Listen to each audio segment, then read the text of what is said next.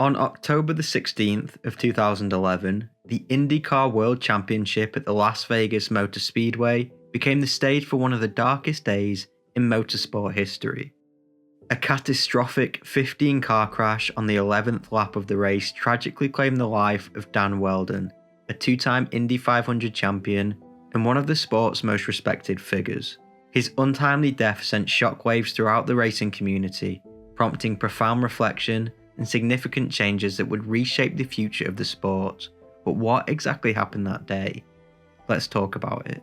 This is the IndyCar World Championship Disaster, the infamous death of Dan Wheldon.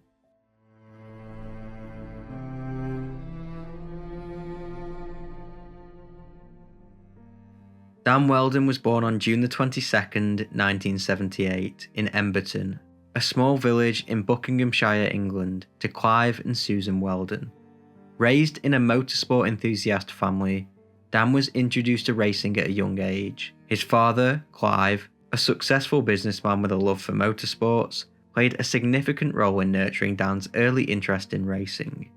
His mother, Susan, was supportive of his endeavours, and the Wheldon family often travelled to racing events, fostering Dan's deep love for the sport. Dan's journey into racing began when he was just 4 years old, starting in karting. By the time he was 8, he was already competing at a competitive level in karting events. His raw talent quickly caught the attention of racing teams and sponsors, and by his teenage years, Wheldon moved into car racing, competing in various British Junior Open Wheel Championships. In 1999, Wheldon made the move to America to pursue a career in open wheel racing, where the opportunities in the Indy Lights Championship were more accessible. His time in the US proved to be pivotal, and he quickly adapted to the competitive nature of American racing. In 2001, Wheldon won the Indy Lights Rookie of the Year, a key stepping stone that propelled him into the top tier of racing. His victory helped him secure a test drive with Indy Racing League team Panther Racing in 2002. Wheldon's big break came in 2003, when he secured a full-time contract in the Indy Racing League, which later became the IndyCar Series. His natural talent and relentless work ethic were evident as he quickly adapted to the more powerful machines of the series. Wheldon earned his first pole position in 2004, but it was his performance in the 2005 Indy 500 that brought him national attention. Wheldon dominated the race and secured his first victory at the prestigious event, solidifying his place as one of the series' top drivers. That win catapulted him into stardom, and he went on to become a fan favourite for his approachable and humble personality, as well as his fearless driving style. From 2006 to 2011, Dan Wheldon solidified his reputation as one of the top drivers in IndyCar with remarkable consistency. Wheldon continued to shine and build his reputation as being one of the best in the game, but all of this would come crashing down in a terrifying event that took place at the IndyCar World Championship in October of 2011.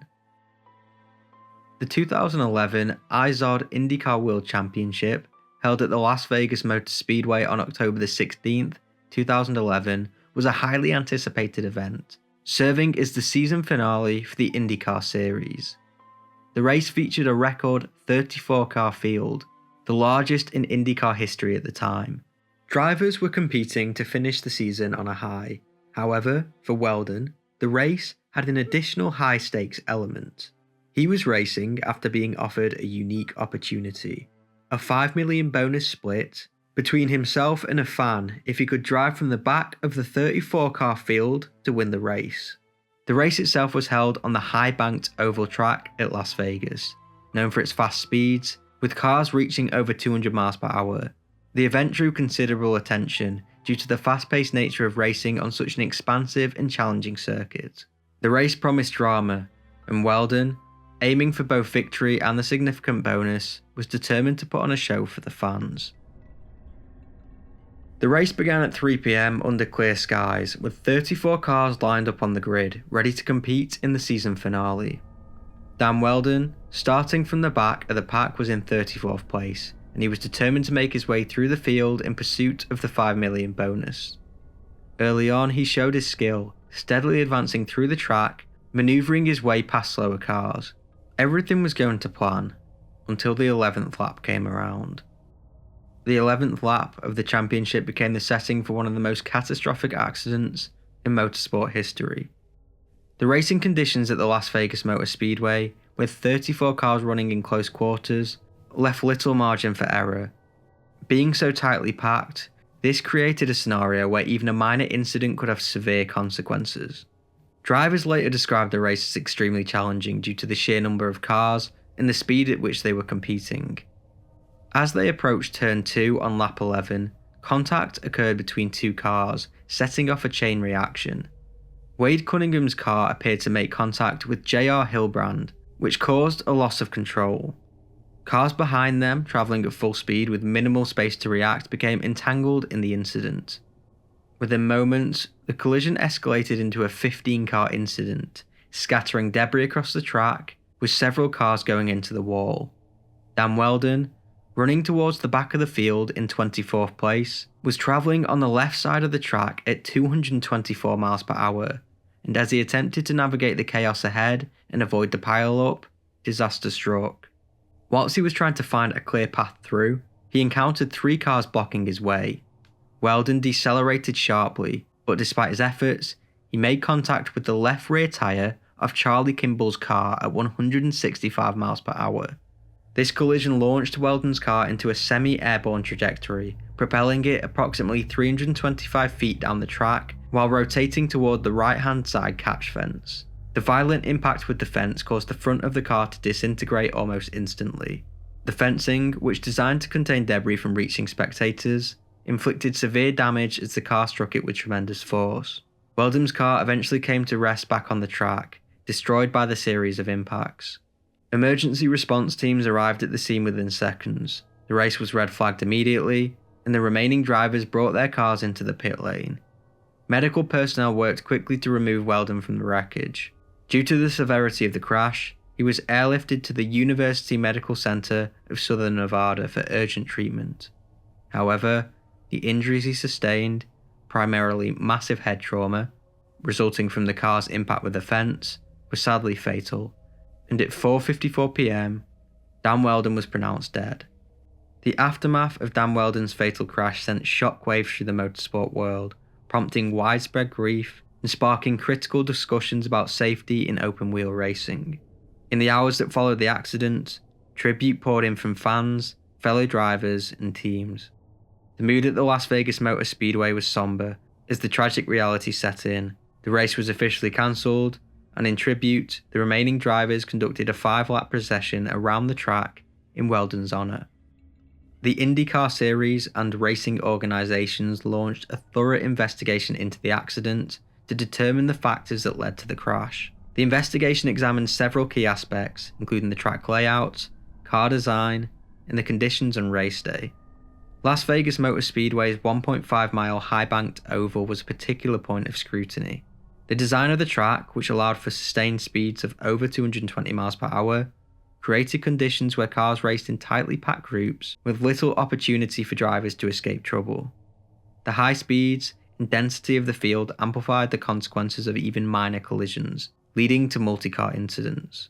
The inquiry also focused on the composition of the field, which featured a record 34 cars, a higher number than typically seen in IndyCar races. Many critics argued that the large grid size, combined with the speeds and tight racing collisions, made the event especially hazardous. Some drivers had expressed concerns about the safety risk before the race, noting the above, but they were gone unheard. The investigation also addressed the design of the IndyCar chassis. Wheldon's car, like all the other vehicles in the field, used the Dallara IR05 chassis, which had been in service since 2003. While the design had been considered state-of-the-art at the time of its introduction, the crash highlighted its limitations in handling extreme impacts. Wheldon's car struck a fence post, causing a chassis failure from the pedal bulkhead through the cockpit. The roll hoop and upper chassis above the fuel cell was severed. The post penetrated the cockpit, hitting Dan's helmet with full force. This is what caused his fatal head injuries. The review concluded that the combination of the car's high velocity and the angle of the impact with the fence contributed to the severity of Dan Wheldon's injuries. The findings from the investigation led to a significant safety reform in the sport. Among the most immediate changes was the decision to discontinue holding IndyCar events at high-banked ovals like the Las Vegas Motor Speedway, where the risk of high-speed pack racing was deemed unacceptable. Furthermore, IndyCar expedited the development and introduction of a new chassis, later named the Dallara DW12 in Wheldon's honour. The DW12 featured several advancements, including improved impact resistance, stronger cockpit protection, and bodywork designed to reduce the likelihood of cars becoming airborne during collisions. The tragedy also brought renewed attention to the need for improved catch fence technology. Whilst the fences were effective in protecting spectators, the investigation underscored their potential to exaggerate injuries to drivers. Research and development efforts were intensified to explore safer alternatives for containing debris whilst minimising the danger to drivers in high-speed crashes.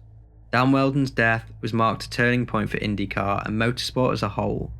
The reforms implemented in its wake were aimed at ensuring that such a tragedy would not happen again. Whilst Dan Wheldon's passing was a devastating loss, his legacy was cemented not only by his achievements on the track, but also by the safety advancements that followed, which have protected countless of drivers since. His name continues to be remembered as a driver who not only pushed the limits of his sport, but also left a massive impact on its future. Dan Wheldon's legacy remains deeply embedded in the racing world, with his story still inspiring fans and drivers alike. Beyond his remarkable achievements on the track, Wheldon is remembered through his family and the efforts of those who continue to celebrate his life. Dan's widow and their two sons, Sebastian and Oliver, have kept his legacy alive. Both boys, who were just toddlers when their father passed, have grown up with a passion for racing. Sebastian, now 15, has already made significant strides, winning the driver's title in the 2023 Skip Barber Formula Racing Series during his rookie season. Oliver, who's now 13, has also entered the racing world and has stepped into open-wheel competitions, earning podium finishes. Both boys are supported by their mother, who has fully embraced the role of a racing mum, moving and dedicating her time to help them pursue their dreams. Whilst the dangers of the sport weigh heavily on her, she finds joy in seeing her sons honour their father's memory by racing. May he rest in peace. As always, this is not an AI channel, I do everything myself, and if you appreciate my work, subscribe, and if you want to go the extra step to support the channel, maybe consider becoming a member. Let me know what you think about this case in the comments below. And as always, thank you for watching.